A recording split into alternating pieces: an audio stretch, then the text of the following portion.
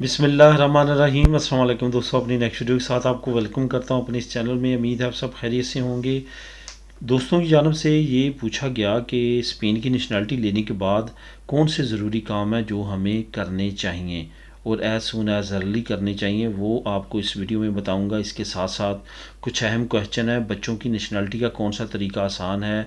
इसके बाद क्या बीवी को खामद की नेशनलिटी मिलने के बाद कोई बेनिफिट होता है, अगर होता है तो वो क्या है, इस पे बात करेंगे। सबसे पहले तो स्पेन नेशनलिटी के बाद आपने कौन कौन से अहम काम करने हैं। जैसे आपकी स्पेन नेशनलिटी ओके होती है, आप वहाँ पे जाके पासपोर्ट देने ले आते हैं पुलिस या नेशनल से, तो उसके बाद क्या होता है कि आपका नाम टोटली चेंज हो चुका होता है।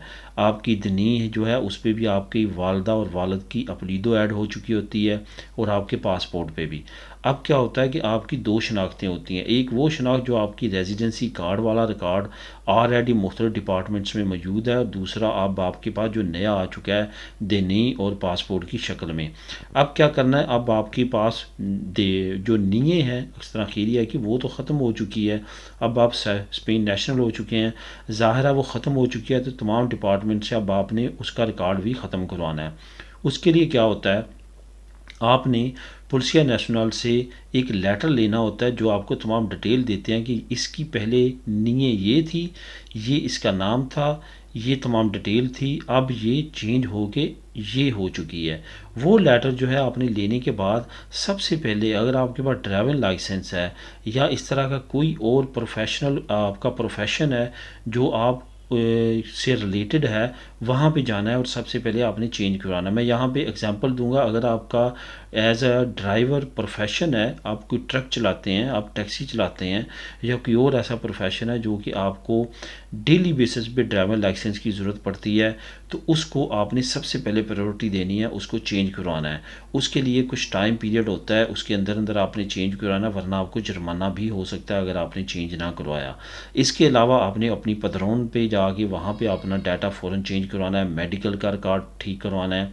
इवन हर जगह जहाँ पे आपने अपना रिकॉर्ड पुराना दिया हुआ है, वहाँ पे तमाम जगहों पे जाके अपना रिकॉर्ड आपने चेंज करवाना है, अपना नए रिकॉर्ड के मुताबिक करवाना है। ये बहुत ज़रूरी स्टेप्स हैं जो आपको करना पड़ेंगे। इसके बाद बच्चों की नेशनलिटी का कौन सा तरीका बेहतर है। यहाँ पे बच्चों से मुराद 18 साल से कम उम्र के बच्चे हैं। आप पाकिस्तान में अगर आपके बच्चे हैं और यहाँ पे नहीं हैं, तो फिर आप अगर इसके बारे में आपका क्वेश्चन है कि कहाँ पे बेहतर है, तो उसके लिए जो इस वक्त फास्ट तरीका जा रहा है वो वहीं पे जा रहा है बच्चों की नेशनलिटी का। अगर आप स्पेन एम्बेसी के ज़रिए वहाँ पे करवाएंगे तो वो ज़्यादा फास्ट रहेगा। यहाँ पे काफ़ी ज़्यादा डिले हो रहा है। अगर आपके बच्चे यहाँ पे हैं तो फिर तो इतना ज़्यादा प्रॉब्लम की बात ही नहीं है। यहाँ पे तो आपका प्रोसेस, इस पर मैं ऑलरेडी वीडियो बना चुका हूँ कि क्या क्या प्रोसेस है, तमाम चीज़ें वहाँ के लिए भी बना चुका हूँ A to Z। लेकिन यहाँ पे मैं आपको डिस्कस यही करूँगा कि कौन सा तरीका इस वक्त जो है वो फास्ट है। इस वक्त जो है वो अगर आप बच्चों की करवाना चाहते हैं तो वहाँ पे फास्ट है। अगर आप यहाँ पे आपके बच्चे हैं तो यहाँ पे आपने रजिस्टर सिविल में सिंपल जाने के बाद उनके जो बर्थ सर्टिफिकेट हैं वो दोबारा से इशू करवाने के बाद उनकी भी आप नेशनलिटी अपनी बेस पे करवा सकते हैं। अगर उनकी ऑलरेडी उनकी बेस पे जमा हो चुकी है, यानी कि यहाँ पे बाई बर्थ थे, तो वो प्रोसेस अलहदा से है, वो आपके साथ अटैच नहीं होगा। इस वजह से ये जो तरीक़ाकार है जो अभी वाज़ी किया गया है यहाँ वाला या पाकिस्तान वाला, वो इसी वजह से किया गया कि जो लोग यहाँ पे करवाना चाहते हैं वो यहाँ पे करवाएं। लेकिन यहाँ पे काफ़ी ज़्यादा डिपार्टमेंट इन्वॉल्व होने की वजह से और अभी तक इनके पास कोई ख़ास तरीक़ाकार तय नहीं है, इस वजह से काफ़ी ज़्यादा डिले हो रहा है। इस वजह से पाकिस्तान में और अपनी होम कंट्री में करवाना ज़्यादा बेहतर है। क्या बीवी को खामद की वजह से नेशनलिटी मिलने के बाद, खामद को अगर नेशनलिटी मिल जाती है, बीवी को उसका कोई फ़ायदा होता है।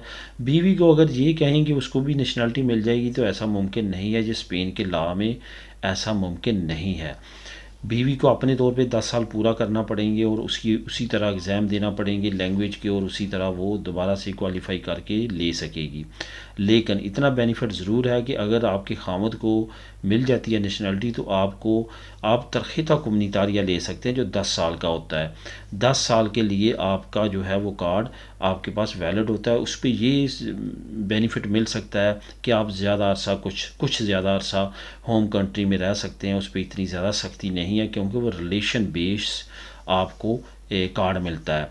जो दूसरी सिंपल रेजिडेंसी होती है वो अथोराइजेशन दी तरबाखों के साथ साथ रिलेशन पे डिपेंड नहीं कर रही होती।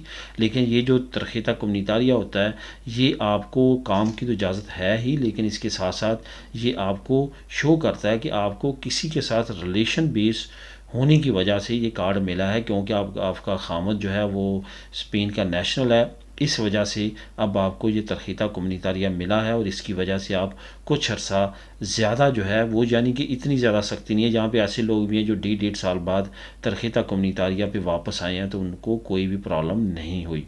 तो ये बेनिफिट आपके खामद की नेशनैलिटी का आपको हो सकता है। इसके अलावा कोई और ख़ास बेनिफिट नहीं है। बच्चों को बेनिफिट 100% मिलता है, लेकिन स्पेन कवानीन के मुताबिक जो पार्टनर आपका होता है, वाइफ हो या खामद हो, उसको अपने तौर पे तमाम रिक्वायरमेंट पूरी करने के बाद ही नेशनैलिटी मिलती है। मिलेंगे नेक्स्ट वीडियो में नई इन्फॉर्मेशन नई न्यूज़ के साथ। अल्लाह हाफिज़।